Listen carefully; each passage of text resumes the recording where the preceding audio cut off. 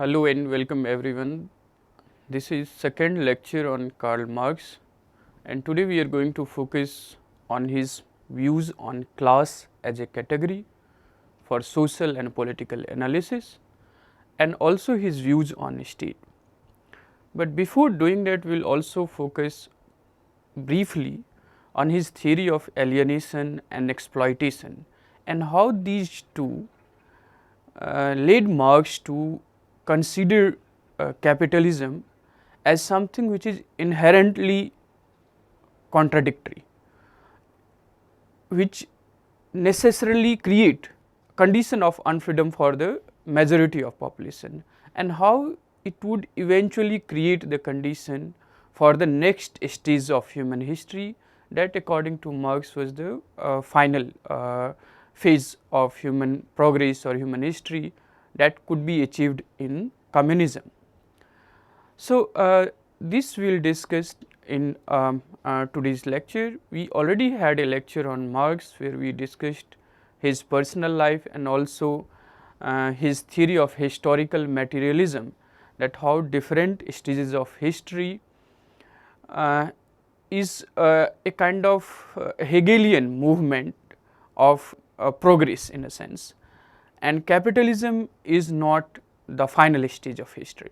It must pave the way for the next stage of history, which according to Marx is communism, where there would be no private property, society would be a classless society, and then it would be the condition of freedom for everyone. So, in historical materialism, he discussed different stages of history from primitive communism to feudalism to capitalism, and then how it should lead to communism. This we have discussed in the previous lecture.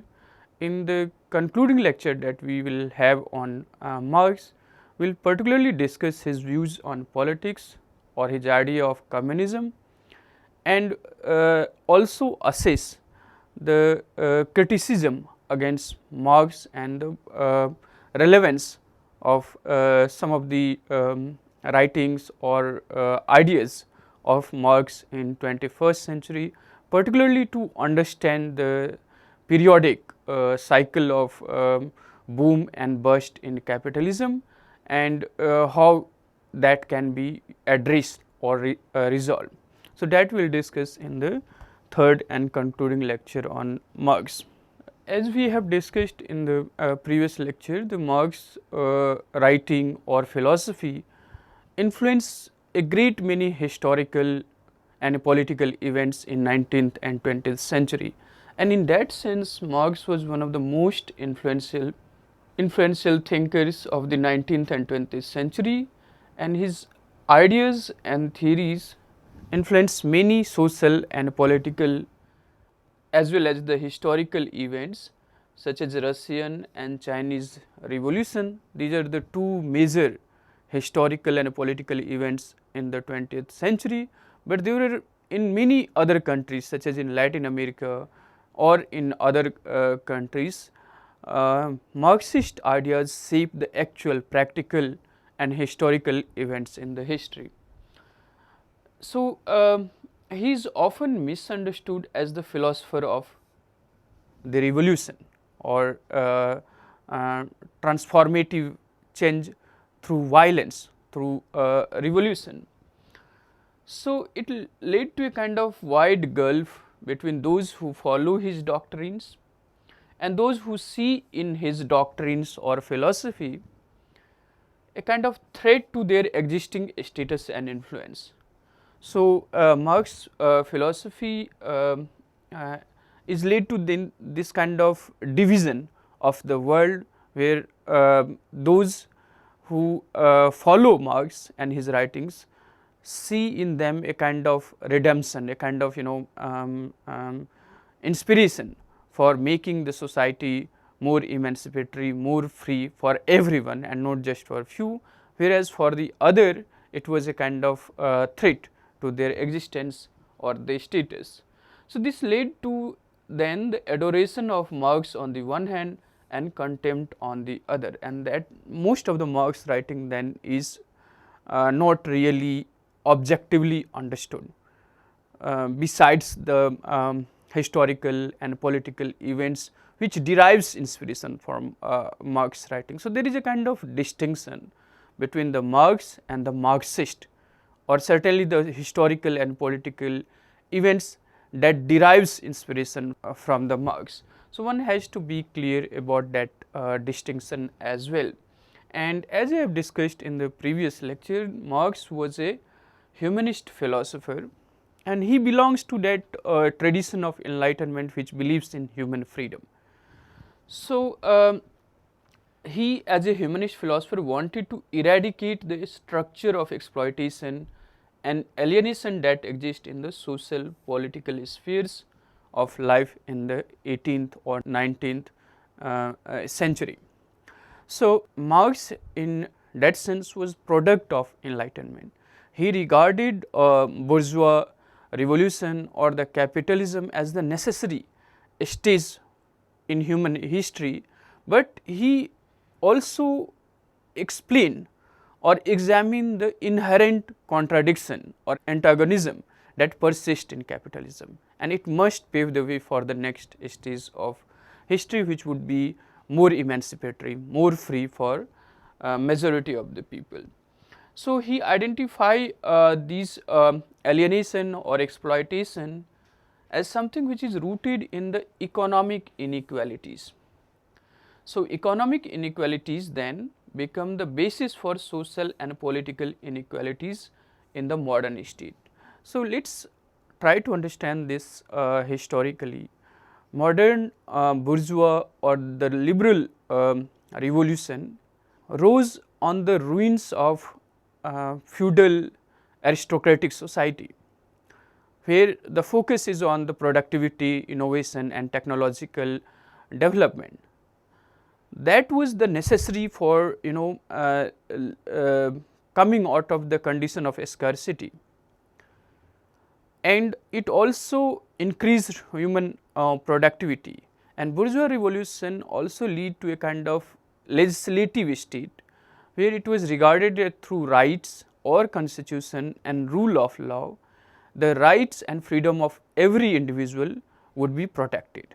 Marx developed a kind of critique to that kind of promise of bourgeois revolution, where through laws and legislation the rights can be protected in the sphere of politics and law, but in the social and economic conditions it cannot address this economic inequalities, and without addressing them it would be impossible to create the condition for the majority of population. So, modern state and laws according to Marx then legitimize these inequalities which exist in the economic sphere and work in the interest of few against many. So, therefore, and these few are those who own the property or means of production, and state and institution in modern times protect those who own the property against those who do not own, and these are in the majority. So, he wanted to create a rational order that would abolish private property and create the condition of freedom for all. So, in that sense Marx and his writings is not necessarily for the violent revolution. He wanted the structure of economy or its modes of production should be overthrown, as it is based on economic inequalities, exploitation and alienation, but the goal is to achieve the larger or greater freedom and emancipation for the majority of population, and this we will discuss when we will discuss his views on alienation and exploitation. So, the major preoccupation of Marx was to understand the economic structure of the capitalist society, and therefore, there is no consistent theory of state or politics in his writings. His views on state and politics is spread across his treatises, more specifically in the Communist Manifesto and the German ideology, which he wrote in collaboration with Engels. And his views on state and politics are further developed by later Marxist scholars, who also question the economic determinism or the base superstructure model in Marx, and the centrality of class category in Marx writings or the class analysis in Marx philosophy. If we look at his theory of alienation, and alienation is something which is to be understood as the condition of unfreedom, that is absence of human freedom.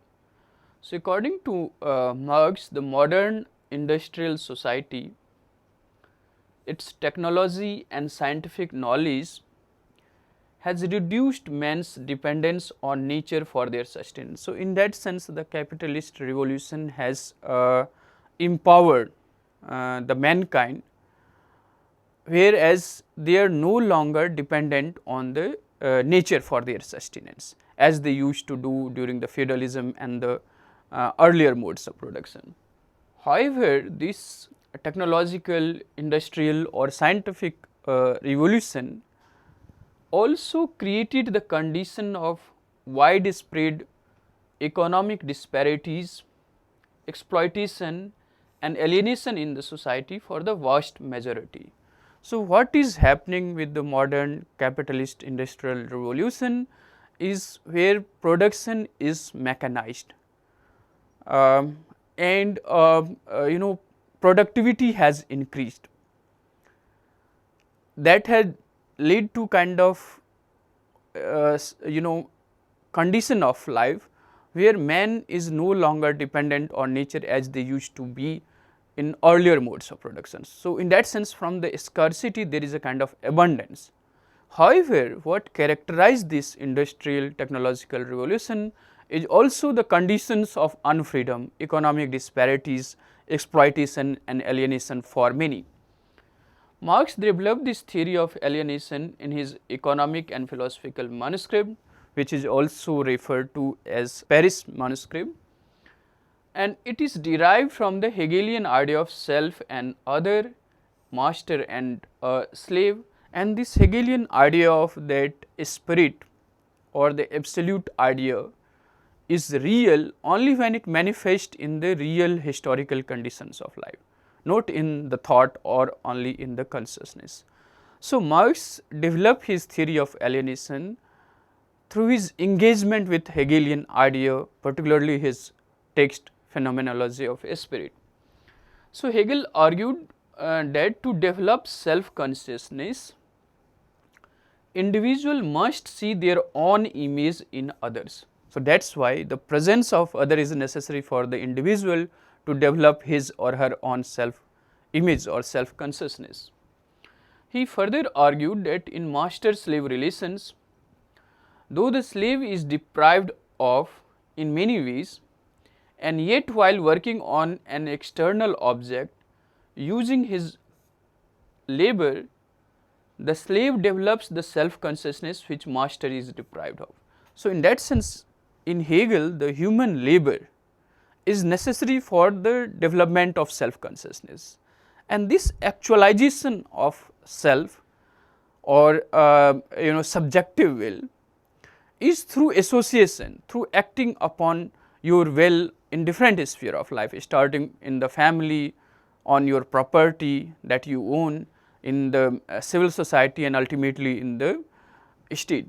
So, in Hegel you have this acknowledgement of human labor as something which is necessary for the self actualization or development of self consciousness. There is a kind of similar argument or value attached to labor in Marx, who considered human labor as the essence of human species. So, human being to realize his humanness or develop his human faculty or self consciousness, it is necessary to work, and it is while working they actualize their self, they realize their faculties or they realize their worth. So, it is this capacity to labor that distinguishes human beings from other species. So, we have discussed many other thinkers where we have seen that human beings are rational or moral, and this rationality and morality distinguishes human being from the other species. in contrast to that kind of understanding of human being, you have in Marx a kind of understanding that it is the labor which distinguishes human beings from the other species, and it is through labor that human beings not only develop their own self consciousness or faculties, but also control the nature or achieve self mastery.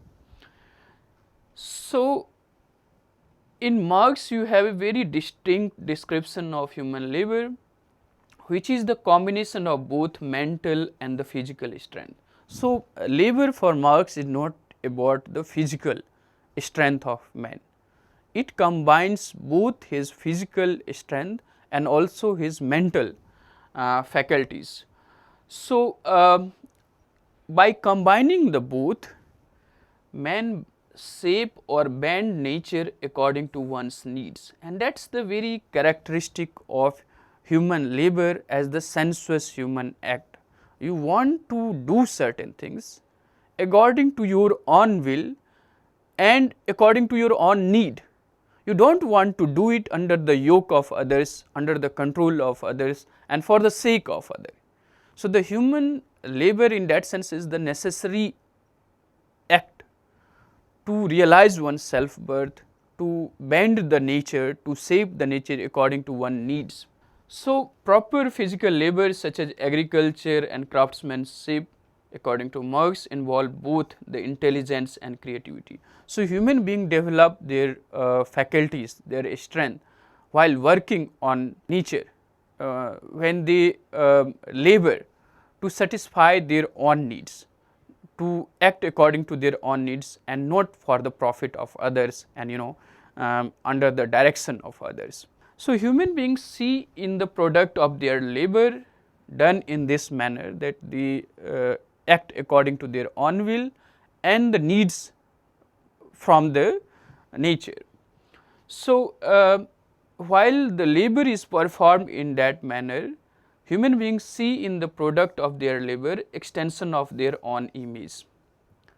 However, in capitalism, what happens? Everything, including the human labor, is turned into a commodity that can be sold and purchased in the market. Let us understand it this way. So, human labor in Marx is something which is essentially a sensuous human act. While acting upon the nature, human beings express themselves and also fulfill their needs. But what happens in capitalism? Everything is reduced to the commodity, and commodity is something which you can sell and purchase in the market. There is a use and exchange value of the commodity, and that disconnect the labor or those who perform while producing certain acts from the product of their labor. So, there is a kind of alienation which takes place. Even let us say how economic production is organized in the market economy. So, you are paid wage by the capitalist or your employer, and in return you perform certain labor hour for their industries, for their factories. So, then the labor power is not then sensuous human activity, but it is a kind of commodity. And in the capitalism, everything is then reduced to such a commodity which can be exchanged or which can be sold and purchased in the market. So, the vast majority of the population is then left to sell their labor, and in the mechanical modes of production in large factories, they are also alienated from the object of their labor. So, in say earlier modes of production, while they are working in the field or working on certain craft, they know the final product or the final outcome of their labor. While they work in the large big factories producing one cog here, another cog there, and they do not see their own fruits of labor in the product they produce. So, this is a kind of alienation which separates the labor from the product of their labor. So, thus they are alienated from the product of their labor, from the process of laboring. So, while performing human labor, human being realize themselves, actualize their freedom. But in the large factories, they become a kind of extension of machine or the tools in the factories, and it is not necessarily a kind of human sensuous act. It is done in a mechanical manner, a kind of disconnect from the laborers and the labor that is performed. They are also alienated from their fellow human beings and finally from their own species beings. So, that is the kind of alienation that Marx talked about, which characterized modern capitalist production. So, labor in the capitalist system is an unfree activity, as activity in the service under the rule, coercion and the yoke of another man. So, this is not the intimate sensuous activity when labor is working in the factory, not necessarily according to their own will or according to their own need, but in return of certain ways, and in return of certain ways they perform that labor under the rule, coercion and the yoke of another man. That is the condition of labor, which he called estranged labor or alienated labor. So, in this modes of production, even the capitalist is not free from alienation. They too must subject themselves to the existing market rule for survival, and the rules that governs economic production is not necessarily the need or the human need, but private property. And this accumulation of private property and its maximization is something that drives the capitalist. So, the capitalist is in that sense not free to produce according to their needs or according to their will. They are not free to give more wages to the laborers. They must pay them wages according to the market rule, according to the exchange or use value in the market. So, they are also then not free in this modes of production. So, labor then for Marx is not a kind of sensuous human activity, but a commodity that leads to the alienation, an alienation from the product of their labor, from the process of laboring, from their own fellow beings and also from their own self. So, this is a kind of estrangement that happens in the capitalist market economy. Let us move on to his theory of exploitation, and like alienation there is a kind of distinct explanation of exploitation in Marx, which Engels call the scientific theory of Marx. So, Marx argued that capitalist system of production and growth is not only based on alienation, but also exploitation, and the workers produce all the wealth in the capitalist system, but they receive a pittance in the form of wages that is just enough for their survival. So, most of them live in the subhuman conditions. So, you think about the large cities and the conditions of working class in that city, mostly in the slums, living on the verge of bare minimum human life with minimal rights and means of sustenance. And the condition of the workers without the protection of the labor laws, which is the result of liberal democracy or the rule of law, the condition of working class in 18th and 19th century was even worse. So, the workers who produce the wealth in the society, they receive a pittance and live almost a wretched or subhuman life, whereas those who own what is called the means of production, that is the machines and tools or the capital for the production in the capitalist economy, they exploit their labor to be ahead in the competition for the rival. So, the logic of capitalism is something which is based on private property that drives both the capitalist and the laborers. So, in the capitalist mode of economy, workers do not own anything except their labor power, which they must sell for their survival. This exploitation in the capitalist economy is hidden. So, it is not like a kind of direct exploitation as say in the feudalism or in the slave or master relationship in earlier modes of production. Here the exploitation is something which is hidden, which is not obvious. That is to say that it is based on the extraction of surplus value, and surplus value is the difference between the value of the product that labor produces and the wage he receives. So, the value of the product that labor produces is always higher than the wage that he gets into the return, and the difference, that is the surplus value, goes to the capitalist as profit. So, the logic of capitalist system is that even the capitalist must compete with their rivals and constantly expand and innovate to remain successful. So, it is inevitably leads to flourishing of a strong capitalist while the weak go out of business.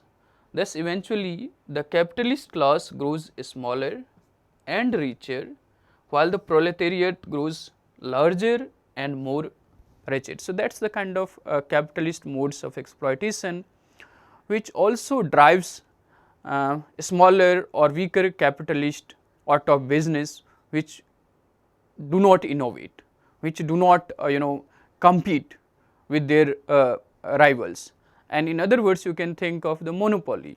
So, the capitalist economy based on this idea of free contract or freedom to act according to your own will create a condition or economic condition where those who own the means of production controls the labor, and also those who have the larger ownership, they outperform and drive the weaker and the stagnant petty bourgeoisie out of the business.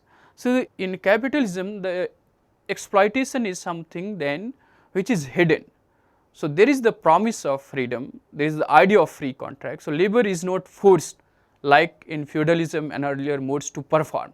So, you are free to do the work and not to do the work with this company or that company. So, in that sense formally, legally labor are free, but their economic conditions is such that they must sell their labor, and also those who own the means of production constantly innovate, constantly expand to remain in the business. If they do not do, the other capitalists who are more innovative, who are stronger, they may drive them out of business. So, the logic of capitalism is such that both the capitalist or the labor are somewhat alienated from the product of their labor. So, there is a kind of mechanical overtaking of the understanding of production or human labor as the intimate sensuous act performed according to their will based on the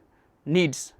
The drive in capitalist economy even for the capitalist is the private property and not necessarily the human need. Now, we will move on to his views on classes, which is based articulated famously in the Communist Manifesto or the Manifesto of the Communist Party, which begins with this famous assertion, that is, the history of all hitherto existing society is the history of class struggle. So, it is not the technology, not the innovation that drives history, but the class struggle. So, freeman and slave, patrician and the plebeians or the nobles or the commoners, lord and the serf, in a word the oppressor and the oppressed, stood in constant opposition to one another, carried on an uninterrupted, now hidden, now open fight. So, for Marx and Engels, the history or the human history is the result of this class struggle between those who oppress and those who are oppressed. So, this is between those who were the free and slaves, those who were the patricians or the plebeians, those who were the lord and the serf. In other words, those who own the property and those who do not own the property. So, the human history is the fundamental history of this class struggle between the oppressor and the oppressed. So, there is a kind of centrality to the class category in Marx's analysis of society and polity. So, for Marx, to understand society or polity, it is necessary to understand the class formation, and for him the fundamental division of society in the classes is these two classes of oppressor and the oppressed. However, one could question such a straightforward categorization of society into the two classes, particularly if you look at the rise of middle classes or the petty bourgeoisie, which he calls or the small shopkeepers and so on. So, there is no kind of clear division of society into these two neat classes of oppressors and oppressed. However, the Marx analysis give a kind of primacy to class category in his explanation or understanding of human society, history and polity. So, according to him, human progress is achieved historically through class struggles and not through technological or scientific innovation, as many bourgeois liberal thinkers claim. However, this recognition of classes in Marxist analysis is not based on income or education or skills, but in terms of individuals' relationships to the means of production. So, this relationship to the means of production is something that determines the class position of individual in the society. So, those who own or control the means of production are what he calls the ruling class, and they were always there in other modes of production also. So, during the feudalism, those who own or control the land were the ruling class, and those who worked on the land were the oppressed class, or those who do not exercise the control over the land. That is the basis of production in the feudalism.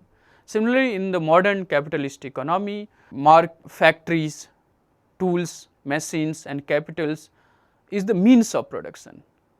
So, the class which owns these means of production is the ruling class, who is always in a minority, and they are opposed by the vast majority who own nothing or very little except their labor. So, the vast majority of population in the capitalist economy, according to Marx, own nothing or very little except their own labor, which they must sell in the market for their own survival. These two classes then are fundamental classes in any society, where the minority exploits the majority on the basis of their ownership of means of production. So, unlike previous modes of production, capitalism, according to Marx, hide these class realities and exploitation in the name of freedom or free contract. So, as I have argued that the central theme in modern capitalist free market economy is the idea of free market or freedom or free contract. So, individual is free in a legal political sense to work or not to work with some company or not to work with some companies, but their economic and social conditions are such they must sell their labor. They do not possess anything for their sustenance. Their very sustenance dependence while working for the others, working in the factory. So, the worst condition in the capitalist economy for the worker is not to become the worker. So, when they become worker, thereby selling their labor power, they are exploited because the surplus value is extracted by the capitalist.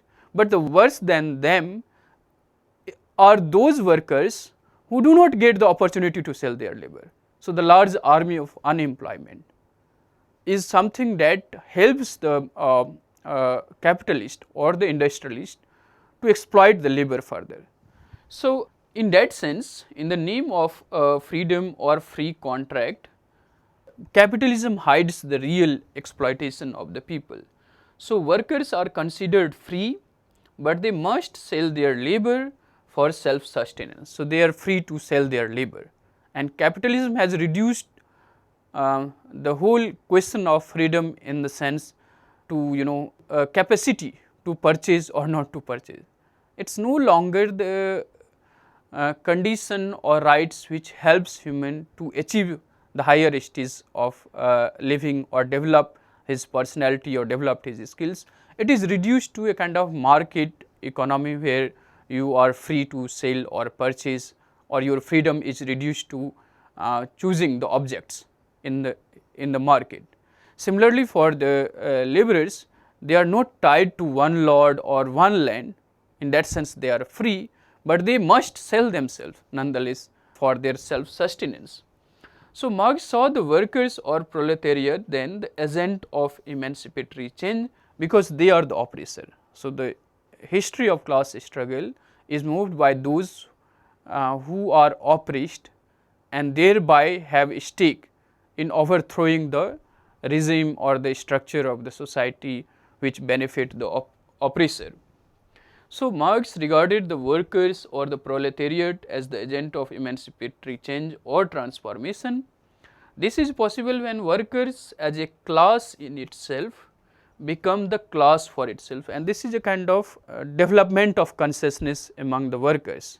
So, the class in itself is something which is determined by individual relationship with the means of production. So, the capitalist and the proletariat or class in itself is determined by the fact whether they own the means of production or not. To become the class for itself, they must necessarily develop the correct consciousness. So, this is possible when they develop the right consciousness based on their actual material conditions, and this you can recall the previous lecture also, where we discussed Marx's difference with Hegel. So, in Hegelian dialectics, it is the human consciousness that determines the actual real material living of the individual, whereas in Marx, it is the real material condition of existence that determines human consciousness. So, he wanted the workers to develop correct or right consciousness on the basis of their own material condition, not because of the promises of the bourgeois ideology such as freedom and so on. So, when they develop this right consciousness on the basis of their actual material condition, which is undistorted by the prevailing bourgeois ideology, and in the German ideology, Marx and Engels regarded ideology as false consciousness, which do not allow the workers to develop the correct consciousness about their own existence and then aspire or struggle to overthrow them, to create the condition of emancipation for themselves or for their class as such. So, ideology according to Marx is the false consciousness, an instrument of class oppression. So, the few control the masses also through their ideology, which is the dominant paradigm in which you decide about what is correct, what is incorrect, what is right, what is wrong, what should be done, what should not be done, who should be punished, who should be rewarded, and so on. Marx argued that worker as a class in itself must become the class for itself, and that requires a training, a kind of development of self consciousness that is based on their own material condition, which should be undistorted by the prevailing bourgeois ideology, and that will allow the workers then to become the agent of change and revolution. So, to understand Marx's views on class, we must consider that he was writing in a context when Western societies were deeply divided into two fundamental classes, bourgeoisie and proletariat, and this division of classes was the inevitable outcome of the industrial growth in 18th and 19th century Europe. This you can connect with the other kind of debates that was taking place in Europe during those days, suppose between the Romantics and the Enlightenment thinkers. So, Enlightenment thinkers arguing about the role of rationality, science and technology in creating the condition of freedom and prosperity for the humankind, and the Romantics arguing about going back to the nature. So, including Rousseau and many others thinker regarded industrialism as some kind of alienation, some kind of moral political corruptions in the society, which is not conducive for human emancipation. So, they should go back to the earlier age or the pre-industrial age, whereas Marx was very critical of such kind of romantic understanding of going back to the nature, where the feudalism is the worst kind of exploitation for Marx. So, his understanding of class or two fundamental classes in the society is based on this historical material condition of 18th and 19th century Europe, which leads to a kind of society where the small section of society who were all powerful, while the vast majority becomes the industrial workers, they must sell their labor for their survival. So, these industrial workers had no other possession except their labor power. They were compelled to sell it for their survival, and they had no ownership over the product of their labor. So, it was the capitalist who paid them wages for their labor power. So, suppose like other means of production such as tools, machines or other kind of technology, the labor power also become a kind of commodity which a capitalist or industrialist can purchase in the labor market by paying what they call the wages. So, for working 8 hours you will be paid this much or that much. So, this is now becomes a kind of commodity, not something which is intimate, sensuous human action performed to realize and develop one own self. Here the labor becomes a kind of commodity which can be sold and purchased on certain wages, and the capitalists then exploit the fruits of their labor. So, the workers in the capitalist system thus live a wretched life. For the capitalist or the bourgeoisie to remain successful, they must constantly innovate, expand and compete. Thus, rather than need, profit becomes the real driving force of the economy, which in turns lead to further oppressions, exploitations and economic disparities. So, unlike liberals who believe that through legislation, laws and constitution, there would be a gradual creation of human conditions of freedom and emancipation, Marx believed that capitalism is inherently contradictory. So, it could not be reformed and must be overthrown through a revolution, and he considered the proletariat as the agent of that revolution.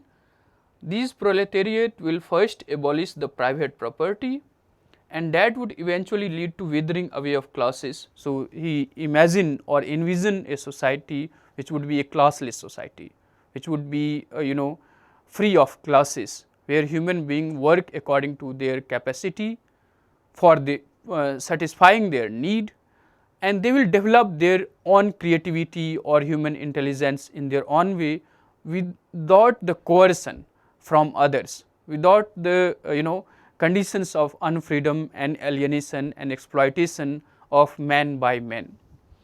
So, he wanted these workers or proletariats to transcend the nationalist boundaries to forge international solidarity. So, in Marxist writings and philosophy, the internationalism is something which workers should aspire for and not remain fragmented in the boundaries or nationalist imagination. And this was necessary for them to forge international solidarity among the oppressed against the capitalist. However, Marx fails to understand the grip of nationalism on human imagination and also ignored the role of middle class, which was the stabilizing force of modern liberal democracy. So, if you look at the real actual historical development in 19th and 20th century, nationalism becomes the organizing principles of national or international politics, and Marx fails to understand that, and he also fails to understand the growing middle class, and this you can connect with the Aristotle idea and his emphasis on the role of middle class for the stabilization of the polity. For Marx, the fundamental classes in the society is the owner and those who do not own, have or have nots, bourgeoisie and the proletariat. And he did not really give due acknowledgement to this middle class who played a very significant role historically and politically to stabilize modern liberal political order. So, many scholars also question the centrality of class and primacy of working class in Marx analysis. Now, let us move on to Marx views on state, and there is this primary and the secondary views on state in Marx. And as we have discussed, there is no systematic or consistent theory of state and politics in Marx, precisely because he was devoted to understand the economic structure of capitalist society, and through them he reflected on the politics, state, laws and so on. So, Bob Jessup in his review of Marxist theories of state concluded that Marx and Engels did not provide a single, consistent and comprehensive theory of state, and since then it has become a kind of established cliché that Marx and Marxism lacks a proper theory of state. But we could see a clear evolution of theory of state in Marx's own writing, as Colin Hay argues. So, as early as 1842, Marx studied the basic contradictions of modern state, and in the critique of Hegel's doctrine of the state, Marx was quite clear that Hegel's idealization of a state was something which is he calls universal will or representation of universal will, which was according to Marx a mere mystification. So, there is a kind of acknowledgement of Hegelian dialectics, but he was a strong critique of Hegelian understanding of state as the embodiment of universal and absolute will. So, Hegel had created a distinction between state and civil society, and he considered civil society as the realm of egoistic, selfish individual, where they are engaged in the trade and business to fulfill their particular interest. But Hegel considered the realm of a state as an absolute universal will, where individual will act according to the general or the universal interest. So, this is a kind of Hegelian understanding of civil society and state, which plays a significant role in Marx's understanding of civil society and state and the relationship between men and men in the capitalist bourgeois society. So, Marx was very critical of this mystical conclusion of Hegelian state, that is the real conflict and the classes that exist in civil society will be overcome in the state, where everyone who were guided by their particular selfish interest in the civil society will eventually turn to become someone guided by the universal or absolute interest, thereby having a kind of unconditional obligation towards the state and protection of the collective common interest. Although this idea of Hegelian state is reflected when Marx talks about communism and lives in the communism, which we will discuss in the next class, his views on politics. So, Marx was very critical of this mystical conclusion of Hegelian state. Although Marx accepted Hegel's distinction of civil society and state and agreed that civil society was the realm of economic life in which individual relations with others are governed, by an individual's selfish and particular interest. He rejects, however, Hegel's proposition that state functions in the interest of all. According to Marx, the state perpetuates the realm of civil society, the realm of conflicts and the classes that exist in the civil society is perpetuated by the state rather than overcome by the state, as Hegel argued. So, for Marx, state and politics in a capitalist society can never work in the interest of the whole community. So, the only way to emancipate the workers, according to Marx, was by overthrowing the bourgeois capitalist state. He saw them as the instrument of class operation in a class divided society. So, a systematic theory of a state could be traced in Marx and Engels' German ideology and particularly in the Communist Manifesto. In the German ideology, Marx and Engels prominently asserted that the state is nothing more than the form of organization which the bourgeoisie necessarily adopt both for internal and external purposes for the mutual guarantee of their property and interest. So, state in that sense in a capitalist class divided society is the instrument for the protection of bourgeois interest or their property. This understanding of a state which is there in German ideology is also considered the instrumentalist view of a state, and it echoed in their Communist Manifesto as well, where they argued that the executive of the modern state is nothing but a committee for managing the common affairs of the whole bourgeoisie. So, here is a kind of very famous instrumentalist understanding of a state. It is not the representative of universal will. It does not protect and work for the common interest of the society. According to Marx and Engels, the executive of the modern state is nothing but a committee for managing the common affairs of the whole bourgeoisie. In fact, they work as an instrument for the protection or maximization of interest of the bourgeoisie, not the every sections in the society, not the interest of the common people. This view on state, which is the dominant views in Marx, is also called by many scholars as Marx's primary view of a state. However, this does not remain the only explanation of a state by Marx and Engels. They modified their stand on the state in the class struggle in France and the 18th Brumaire of Louis Bonaparte. In these works, Marx developed a more complex and nuanced view of a state, where they gave some kind of autonomy to the state. So, in the primary view on a state, there is a kind of instrumentalist understanding, where a state is seen as a kind of agent that protects and maximizes the interest of the bourgeoisie or the capitalist class. Whereas, in the later writings, there is a kind of complex and nuanced understanding of the state. Nonetheless, state remains something which protects the interest of the propertied class. So, here the state is granted some autonomy from the direct control of the bourgeoisie or the capitalist class. Nonetheless, it remains in the control of the ruling class, and this relative autonomy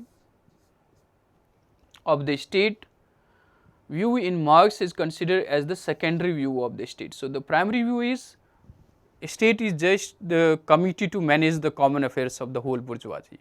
That is the primary view. The secondary view is the state has little autonomy, but this little autonomy of the state is beneficial for the legitimization and the protection of the whole bourgeoisie class. So, this conception of the relative autonomy of a state led Marx to reject the relevance of state, and Marx considered it as the biggest obstructions in realizing genuine human emancipation or freedom. So, Marx therefore called for the total overthrowing of this institution of modern state, which is the instrument of class oppression or exploitation. In his analysis of stages of history, Marx believed that the first capitalist state must be captured by the proletariat through what he calls the dictatorship of the proletariat, and then it could create the condition of freedom and emancipation for the people. So, Marx considered this dictatorship of proletariat as a transitory phase of history which must pave the way to a fully developed final stage of human history which he calls communism. And according to Marx, in such a society there will be no need for politics and the state will wither away. So, what you have in Marx is a kind of negative understanding of state, which he did not see as representative of common interest, or working for the protection of the common interest, as many liberals and other thinkers have argued. In Marxist analysis, state is seen merely as a kind of instrument. Of course, there is a debate and we will come back to it when we will discuss in the next lecture criticism against Marx. So, unlike many other political thinkers, he did not give primacy to the state or politics while explaining the society and politics. For him, the basis of politics and state is the economy, and that primacy or determinism in Marx did not lead him to understand the state and its role in modern societies in the adequate manner. We will come to that in the next lecture, but primarily here you have to understand that for Marx, unlike Hegel and many other thinkers that we have covered in this course, state is not representative of the common will. It cannot protect the interest of everyone in the society. In fact, it exploits the majority on the behalf of few propertied class. So, that is his views on state, class, alienation and exploitation. You can refer to some of these texts like Shlomo Avineri, The Social and Political Thought of Karl Marx, and also Tom Bottomore, A Dictionary of Marxist Thought, David Boucher and Paul Kelly, Political Thinkers from Socrates to the Present. You should also read Colin Hayes, Marxism and the State, in Andrew Gamble, David Morse and Tony Tan edited Marxism and Social Science. You should also refer to Shefali Jha, Western Political Thought from the Ancient Greeks to Modern Times. You may also read these two works by Karl Marx and Friedrich Engels, German Ideology and the Communist Manifesto. You should read James Allen on Politics, A History of Political Thought from Herodotus to the Present, and Peter Singer, Marx, A Very Short Introduction. So, these are some of the texts which you can refer to understand Marxist analysis of class and why he gave primacy in his explanation of society and primacy to class as a category in his explanation or analysis of modern state and society, and why also he regarded state as the instrument of class operations in modern capitalist society and economy. So, that is all in this lecture today. Thanks for listening. Thank you all.